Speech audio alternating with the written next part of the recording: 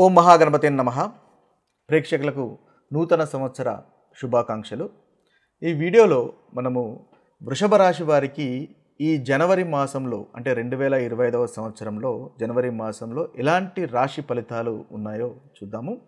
ముందుగా ఈ వృషభ రాశి వారికి ఈ మాసంలో ఉన్నటువంటి గ్రహస్థితిని గనక ఒకసారి పరిశీలించినట్టయితే వీరికి కుజుడు జనవరి 20వ తేదీ వరకు వీరికి 3వ స్థానంలో సంచారం చేస్తున్నాడు. ఆ తర్వాత 2వ స్థానంలో సంచరిస్తాడు. అంటే 3వ స్థానంలో చక్కటి ఫలితాలు ఉంటాయి, 2వ స్థానంలో కాస్త ప్రతికూలమైనటువంటి ఫలితాలు వృషభ రాశి వారికి కుజుని వల్ల కలుగుతున్నాయి. ఇక ఆ శుక్రుని యొక్క సంచారాన్ని గనక మనం గమనించినట్టయితే శుక్రుడు దశమ స్థానంలో సంచారం చేస్తున్నాడు, అంతగా అనుకూలంగా ఉండదు అని చెప్పాలి. ఇక బుధుడు అష్టమ స్థానంలో 24వ తేదీ వరకు మనకు వృషభ రాశి వారికి సంచారం అనేది ఉంటుంది. ఇది చక్కటి ఫలితాలు అనేవి కలుగజేస్తుంది. ఇక తర్వాత చివరి వారంలో బుధుని యొక్క సంచారము 9వ స్థానంలో సంచారం అనేది ఉంటుంది.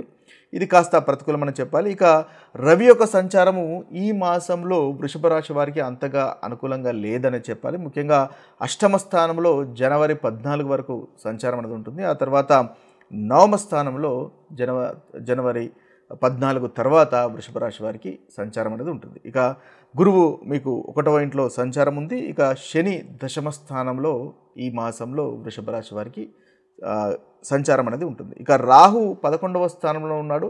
రాహు వల్ల మీకు చక్కని ఫలితాలు అనేవి వృషభ రాశి వారికి ఈ మాసంలో కలిగేటటువంటి అవకాశాలు అధికంగా కనిపిస్తున్నాయి.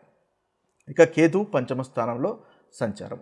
ఇది స్థూలంగా వృషభ రాశి వారికి ఉన్నటువంటి గ్రహస్థితి. ఈ గ్రహస్థితిని ఆధారంగా చేసుకుని ముందుగా అనుకూలమైనటువంటి ఫలితాలు ఈ వృషభ రాశి వారికి ఎలాంటి ఫలితాలు రావచ్చే అవకాశం ఉందో చూద్దాము.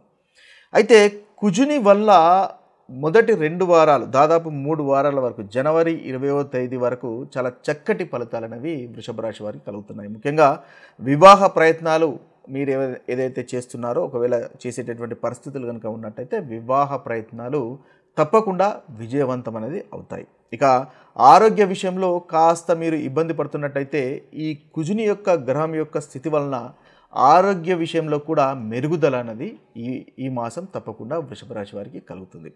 ఇక రియల్ ఎస్టేట్ రంగంలో ఉన్న వారికి కూడా కాస్త ఇంప్రూవ్మెంట్ అనేది డెఫినెట్గా మనకి వృషభ రాశి వారికి ఈ మాసంలో చూడవచ్చు. ధైర్యం అనేది పెరుగుతుంది. మీరు ధైర్యంగా నిర్ణయాలు తీసుకోగలుగుతారు. ఆ నిర్ణయాలు మీకు లాంగ్ టర్మ్లో చక్కటి ఫలితాలను కలుగజేస్తాయి. ఏదైనా రియల్ ఎస్టేట్ విషయంలో కానీ, చతుర్థ స్థానం అంటే వాహనం విషయంలో కానీ, అలాంటి తర్వాత కుజునికి సంబంధించి ఏదైనా భూమి స్థలం విషయాల్లో కూడా మీకు చాలా చక్కటి ఫలితాలు అనేవి వృషభ రాశి వారికి ఈ మాసంలో మొదటి 3 వారాల్లో చక్కటి ఫలితాలు గోచరిస్తున్నాయి. ఇక సోదరుల వల్ల కూడా సంతోషము, ధనలాభము పొందేటటువంటి అవకాశాలు కూడా కనిపిస్తున్నాయి. సంతానం లేని వారికి కూడా సంతానం గురించి కనుక మీరు ప్రయత్నిస్తున్నట్టయితే ఆ విషయంలో కూడా మీకు అనుకూలత అనేది వృషభ రాశి వారికి ఈ మాసంలో కనిపిస్తుంది.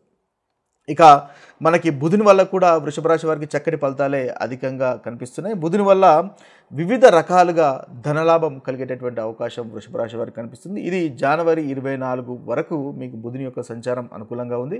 కాబట్టి మొదటి 3 వారాలు చాలా చక్కటి ఫలితాలే బుధుని వల్ల కూడా కలుగుతున్నాయి. అయితే సంతానం వల్ల ఆనందం కూడా వృషభ రాశి వారికి ఈ మాసంలో ఉంటుంది. తృప్తికరమైనటువంటి భోజనము అనేది ఈ మాసంలో మీకు కలుగుతుంది. అయితే ప్రభుత్వం నుండి కూడా మీరు ఏదైనా పెండింగ్లో కనుక ఏదైనా విషయాలు ఉన్నట్టయితే ప్రభుత్వం కానీ మీ యొక్క పై అధికారుల నుంచి కానీ ఏదైనా పెండింగ్లో ఉన్నట్టయితే అవి తప్పకుండా ఈ మాసంలో అవి మీకు అనుకూలంగా మారేటటువంటి అవకాశాలు కనిపిస్తున్నాయి. ఇక షేర్ మార్కెట్లో కూడా అనుకోకుండా మీకు లాభము కలిగేటటువంటి అవకాశాలు అధికంగా కనిపిస్తున్నాయి. కాబట్టి వీక్లీ కానీ ఏదైనా షార్ట్ టర్మ్ కానీ ఇన్వెస్ట్మెంట్ చేసినా కూడా ఈ వృషభ రాశి వారికి ఈ మాసంలో మీకు షేర్ మార్కెట్లో కానీ కాస్త రిస్కీ ఇన్వెస్ట్మెంట్స్ కానీ కొనడం అమ్మడం విషయాల్లో కూడా చక్కటి ఫలితాలు అనేవి వృషభ రాశి వారికి ఈ మాసంలో అధికంగా కనిపిస్తుంది. మొదటి అంటే 24వ తేదీ వరకు ఈ యొక్క అనుకూలత అనేది అధికంగా మనకు కనిపిస్తుంది. ఇంకా ఆరోగ్యం కూడా చాలా చక్కటి ఆరోగ్య విషయంలో కూడా మీకు కాస్త ఇబ్బందులు ఉన్నట్టయితే ఆరోగ్యం కూడా మీకు చక్కటి అనుకూలతనే కనిపిస్తుంది. ఆరోగ్యం మెరుగుపడుతుంది. ఇక రాహు కూడా మీకు లాభస్థానంలో సంచారం, చక్కటి ధనలాభము, వ్యాపారంలో మంచి ఫలితాలు, అదేవిధంగా షేర్లు స్పెక్యులేషన్స్లో కూడా ఈ వృషభ రాశి వారికి మంచి ఫలితాలు అనేవి అధికంగా మనకు గోచరిస్తున్నాయి. ఇవి స్థూలంగా వృషభ రాశి వారికి ఉన్నటువంటి అనుకూలమైనటువంటి ఫలితాలు. అయితే కాస్త రవిగ్రహం వల్ల అదేవిధంగా శుక్రగ్రహం వల్ల కూడా కాస్త ప్రతికూలమైనటువంటి ఫలితాలు మనకు గోచరిస్తున్నాయి. కాబట్టి ఆ ప్రతికూలమైనటువంటి ఫలితాలు అంటే ఏ విషయాల్లో మనం జాగ్రత్త పడడం వల్ల మన యొక్క అనుకూలత అనేది పెంచుకోవచ్చో ఆ విషయాన్ని ఒకసారి గమనించినట్టయితే, అయితే చిన్న చిన్న ఆటంకాలు ఉండేటటువంటి అవకాశాలు అయితే కనిపిస్తున్నాయి. కాబట్టి ముందుగానే వాటికి మీరు ప్రిపేర్ అయి ఉండడం వల్ల ఆ ఆటంకాలను కాస్త ఓపికతో ఉండడం వల్ల ఆ ఆటంకాలను మీరు అధిగమించగలుగుతారు. At the end of the day డెఫినెట్గా ఆ పనులు జరుగుతాయి, కానీ కాస్త ఆటంకం ఉండేటటువంటి అవకాశాలు కనిపిస్తున్నాయి, కొంచెం కన్ఫ్యూజన్ ఉండేటటువంటి అవకాశాలు కనిపిస్తున్నాయి. కాబట్టి ఆ విషయంలో కాస్త జాగ్రత్తగా ఉండండి. అదేవిధంగా సంతానం యొక్క ఆరోగ్య విషయంలో కూడా కాస్త జాగ్రత్తగా ఉండడం అనేది వృషభ రాశి వారికి చెప్పదగినటువంటి సూచన. రెండవ భాగంలో తండ్రి గారితో కానీ లేదా మీ యొక్క పై బాస్ మీ యొక్క మేనేజరు లేదా మీ యొక్క పై స్థాయిలో ఉన్న వారితో వాగ్వివాదాలు మిస్అండర్స్టాండింగ్స్ లేకుండా చూసుకోండి. తద్వారా వృషభ రాశి వారు మంచి ఫలితాలు పొందగలుగుతారు. ఇక మనకి చివరి భాగంలో కూడా చూసుకున్నట్టయితే కాస్త వాహన విషయంలో కూడా జాగ్రత్తగా ఉండండి. చిన్న చిన్న గాయాలు ప్రమాదాలు ఉండేటటువంటి అవకాశం కనిపిస్తుంది. బంధువులతో విరోధాలు ఉండేటటువంటి అవకాశాలు కనిపిస్తున్నాయి. కాబట్టి మీరు కాస్త సంయమనం పాటించండి. పౌరుషంగా మాట్లాడకుండా ఉండడం అనేది మంచిది. ముఖ్యంగా చివరి వారంలో మీ యొక్క వాక్కు విషయంలో కాస్త జాగ్రత్త పడండి. కఠినంగా ఉండకుండా చూసుకోండి. తద్వారా వృషభ రాశి వారు మంచి ఫలితాలు పొందుతారు. అయితే మనకు రవి అష్టమ స్థానంలోనూ నవమ స్థానంలోనూ ఈ మాసంలో సంచారం చేస్తున్నాడు. కాబట్టి వృషభ రాశి వారు ముఖ్యంగా మీకంటూ కాస్త సమయాన్ని కేటాయించుకోవడం వల్ల ఈ మాసంలో మంచి ఫలితాలను పొందగలుగుతారు. ముఖ్యంగా ఏదైనా మీకు నచ్చిన పుస్తకం పఠనమో, లేకపోతే మంచి సంగీతం వినడమో, లేకపోతే మీకు కుకింగ్ ఇష్టం కావచ్చు, కుకింగ్ చేయడమో, లేకపోతే ఇంకేదైనా గేమ్స్ ఆడడమో, ఇలాంటిది ఏదైనా సరే మీకంటూ కాస్త సమయాన్ని వెచ్చించుకునే ప్రయత్నము ఈ వృషభ రాశి వారు ఈ మాసంలో చేయండి. తద్వారా మంచి అనుకూలత, మానసిక సంతోషం అనేది అధికంగా వృషభ రాశి వారికి కనిపిస్తుంది. ఇది మనకు రవి అష్టమంలో ఉండడం వల్ల ఈ ఫలితాలు అనేవి మనం చూడవచ్చు. ఇక మీకు ఏదైతే ఇష్టమవుతుందో దానిపైనే కాన్సన్ట్రేషన్ చేయండి. ఆ ఫలితం ఏ విధంగా వస్తుందో అనే దాని గురించి ఇప్పుడు ఆలోచించకండి.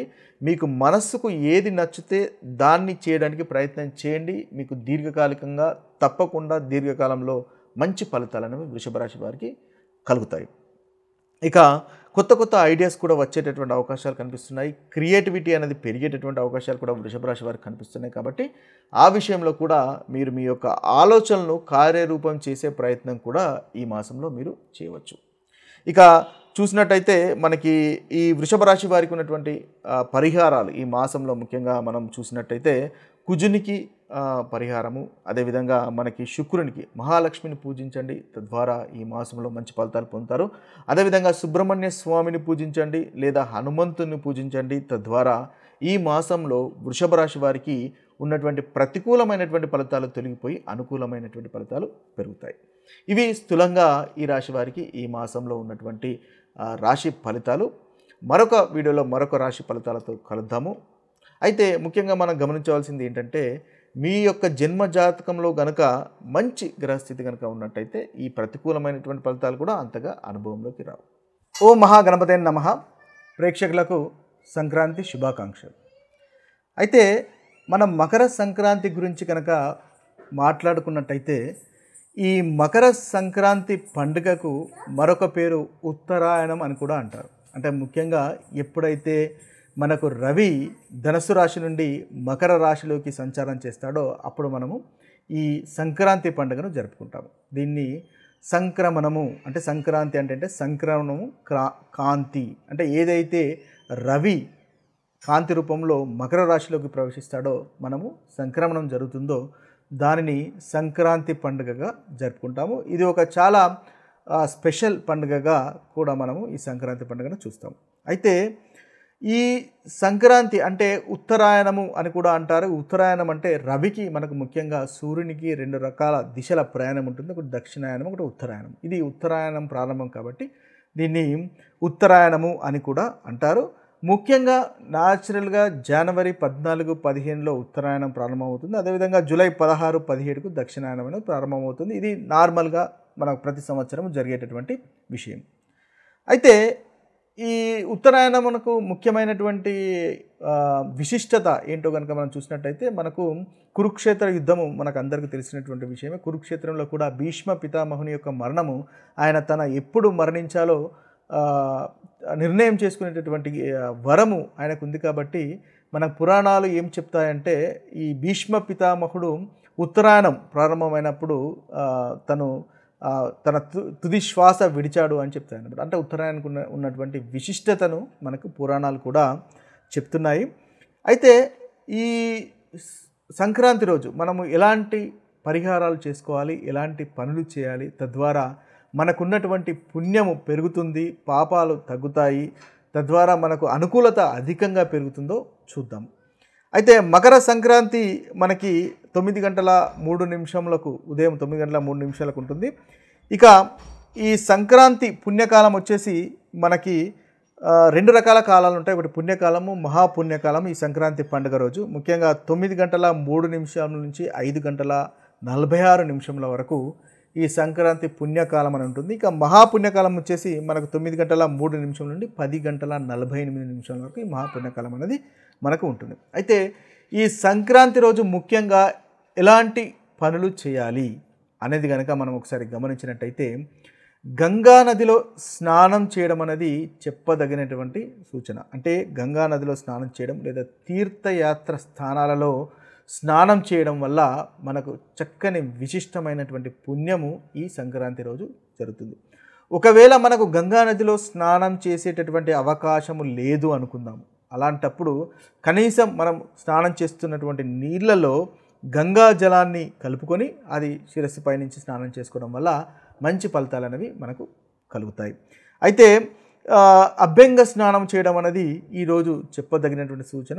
ఇక చూసినట్టయితే మనకి నువ్వులు ప్లస్ బెల్లము అంటే ఈ యొక్క పలహారము అందరికీ పంచడం ద్వారా మంచి ఫలితాలను పొందుతాయి. ఎందువల్లంటే ఇప్పుడు మనకు రవి శని యొక్క మకర రాశిలోకి సంచారం చేస్తున్నాడు. అంటే ఆత్మబలం కలిగినటువంటి శని ఆత్మబలం కలిగినటువంటి రవి కర్మకారకుడైనటువంటి శని రాశిలో ప్రవేశం చేస్తున్నాడు. శనికి నువ్వులు మనం ఎక్కువగా చూస్తాం కాబట్టి ఈ బెల్లము నువ్వులు కలిపి మనం పలహారం చేసుకొని అందరికీ పంచడం వల్ల చక్కటి ఫలితాలు కలుగుతాయి. ఇది ఒక పరిహారంగా కూడా మనం చూడవచ్చు. అయితే ముఖ్యంగా మనము ఈ సంక్రాంతి రోజు సూర్యుని యొక్క కిరణాలు చాలా మన శరీరానికి అదేవిధంగా మన మనస్సుకు ఆత్మకు చైతన్యాన్ని కలిగిస్తాయి. కాబట్టి ఇది ఉత్తరాయణంలోకి ప్రవేశించే రోజు కాబట్టి ఆత్మకు చైతన్యాన్ని కలిగిస్తాయి. అందువల్లనే మన పూర్వీకులు మనకు సంక్రాంతి రోజు పతంగులు ఎగురవేసేటటువంటి క్రీడను చెప్పారు. అంటే అందరూ ఏం చేస్తారు, ఉదయమే పతంగులు ఎగురవేయడం అనేది చేస్తూ ఉంటారు. అంటే పతంగులు ఎగురవేయడానికి వెనకాల ఉన్నటువంటి కారణం ఏంటంటే అందరూ పైకి చూసి ఎగురవేస్తూ ఉంటారు పతంగులు. కాబట్టి సూర్యుని చూడడము, ఆ కళ్ళతో ఉదయాన్నే సూర్యుని చూడడం వల్ల సూర్యుని కిరణాలు మన బాడీకి మనస్సుకు కలగడం వల్ల అత్యుత్తమైనటువంటి మనకి ఉత్తేజాన్ని కలిగిస్తాయి. కాబట్టి అది వెనకాల ఉన్నటువంటి మనము ఒక రహస్యంగా చెప్పవచ్చు. తద్వారా మంచి ఫలితాలు అనేవి మనకి కలుగుతాయి. అంటే సూర్యుని వల్ల కలిగేటటువంటి మంచి ఫలితాలు అనేవి ఇంకా రెట్టింపు అనేది మనకు జరుగుతూ ఉంటుందన్నమాట. ఇక ఆవు పాలతో శివలింగాన్ని అభిషేకించడం కూడా ఈరోజు మనకు ఒక మంచి పరిహారంగా చెప్పవచ్చు. ఇక ఆదిత్య హృదయం పఠించవచ్చు, లేదా సింపుల్గా ఓం సూర్యాయ నమః అనేటటువంటి మంత్రాన్ని 108 సార్లు పఠించినా కూడా మనకు చక్కటి ఫలితాలు అనేవి ఈ సంక్రాంతి రోజు కలుగుతాయి. ఇక మనము 12 రాశుల వారు ఈ సంక్రాంతి రోజు ఇలాంటి పరిహారాలు చేస్తే ఇంకా మంచి ఫలితాలు కలుగుతాయో ఒకసారి కనుక మనము చూసినట్టయితే మేషరాశి వారు ముఖ్యంగా ఎర్రని వస్త్రాలు దానం చేయండి, నెయ్యిని దానం చేయండి, అదేవిధంగా బెల్లాన్ని కూడా దానం చేయడం వల్ల మీకు మంచి ఫలితాలు కలుగుతాయి. ముఖ్యంగా మన శాస్త్రాల్లో చెప్పింది ఏంటంటే దానం వల్ల చాలా మంచి ఫలితాలు కలుగుతాయి. కాబట్టి అది ఒక గొప్ప పరిహారంగా మనం చూడవచ్చు. ఏదైతే దానం చేస్తామో అంతకు రెట్టింపుగా మనకు మళ్ళీ తిరిగి రావడం అనేది జరుగుతుంది. కాబట్టి మేషరాశి వారు ఈ దానం చేసినట్టయితే వారికి మంచి ఫలితాలు కలుగుతాయి. ఇక వృషభ రాశి వారి యొక్క పరిహారాలు కనుక చూసినట్టయితే సంక్రాంతి రోజు తెల్లటి వస్త్రాలు దానం చేయండి, అదేవిధంగా పెరుగును లేదా చందనాన్ని కూడా ఈ వృషభ రాశి వారు దానం చేయవచ్చు. ఇక మిథున రాశి వారి కనుక చూసినట్టయితే మిథున రాశి వారు పచ్చని వస్త్రాలు దానం చేయండి, లేదా గోమాతకు గడ్డిని తినిపించడం వల్ల మనకు మిథున రాశి వారికి చాలా చక్కటి ఫలితాలు పొందుతారు. అదేవిధంగా గణపతికి గరికతో పూజించడం వల్ల కూడా ఈ సంక్రాంతి రోజు మనకి మిథున రాశి వారికి చాలా చక్కటి ఫలితాలు కలుగుతాయి. ఇక కర్కాటక రాశి వారి కనుక చూసినట్టయితే కర్కాటక రాశి వారికి మీ తాత ఉన్నట్టయితే వెండిని లేదా తెల్లటి వస్త్రాలను దానం చేయండి. అదేవిధంగా కాజును దానం చేయడం వల్ల కూడా మీకు మంచి ఫలితాలు కలుగుతాయి. ఇక సింహరాశి వారి యొక్క ఫలితాలు కనుక చూసినట్టయితే సింహరాశి వారికి కాషాయ రంగు వస్త్రాలు దానం చేయడం వల్ల మంచి ఫలితాలు కలుగుతాయి. ఇక పిస్తా పప్పు దానం చేయడం కూడా చేయవచ్చు. అదేవిధంగా ఎర్రటి మిరపకాయలు లేదా కారపొడిని కూడా దానం చేయడం వల్ల మనకి సింహరాశి వారికి మంచి ఫలితాలు అనేవి కలుగుతాయి. ఇక కన్యారాశి వారి యొక్క ఫలితాలు కనుక చూసినట్టయితే వీరికి ఎలాంటి దానాలు కనుక చూసినట్టయితే పచ్చని వస్త్రాలు దానం చేయడం వల్ల కన్యారాశి వారికి మంచి జరుగుతుంది. అదేవిధంగా మెహందీ దానం చేయడం వల్ల లేదా బాదం పప్పును కూడా దానం చేయడం వల్ల మనకి కన్యారాశి వారికి చక్కటి ఫలితాలు పొందుతారు. ఇక తులారాశి వారు చేయవలసినటువంటి పరిహారాలు కనుక ఒకసారి చూసినట్టయితే తులారాశి వారికి సిల్క్ వస్త్రాలను దానం చేస్తే మంచి ఫలితాలు కలుగుతాయి. అదేవిధంగా వాల్నట్స్, మనకి ఏదైతే డ్రై ఫ్రూట్స్ ఉంటాయి కదా, ఆ వాల్నట్స్ దానం చేయడం వల్ల కూడా తులారాశి వారికి చక్కటి ఫలితాలు పొందుతారు. ఇక వృశ్చిక రాశి వారి యొక్క ఫలితాలు కనుక మనం చూసినట్టయితే వృశ్చిక రాశి వారు కూడా ఎర్రటి వస్త్రాలను దానం చేయవచ్చు. అదేవిధంగా గోమాతకు సేవ చేయడం వల్ల కూడా మీకు మంచి ఫలితాలు కలుగుతాయి. తర్వాత తెల్లని లేదా నల్లని నువ్వులను దానం చేయడం వల్ల కూడా వృశ్చిక రాశి వారికి ఈ సంక్రాంతి రోజు దానం చేయడం వల్ల మంచి ఫలితాలు కలుగుతాయి. ఇక ధనుసు రాశి వారి కనుక చూసినట్టయితే ధనుసు రాశి వారు పసుపు రంగు వస్త్రాలను దానం చేయవచ్చు. అదేవిధంగా వీరికి పసుపు కలర్లో ఉన్నటువంటి అరటి పండ్లను దానం చేయడం వల్ల కూడా చక్కటి ఫలితాలు పొందుతారు. అదేవిధంగా విద్యార్థులకు ఏదో పెన్ను కానీ పెన్సిల్ కానీ అలాంటి చదువుకునే సంబంధించినటువంటి వస్తువులు దానం చేయడం వల్ల ధనుసు రాశి వారికి మంచి ఫలితాలు అనేవి కలుగుతాయి. ఇక మకర రాశి వారు కనుక చూసినట్టయితే బ్లూ కలర్లో ఉన్నటువంటి వస్త్రాలు దానం చేయాలి. నల్లటి నువ్వులు మాత్రమే వీరు దానం చేసే మంచిది. అదేవిధంగా నూనె కూడా దానం చేయవచ్చు. నల్లటి ద్రాక్ష పళ్ళను దానం చేయడం వల్ల ఈ సంక్రాంతి రోజు వీరు చక్కటి ఫలితాలు పొందగలుగుతారు.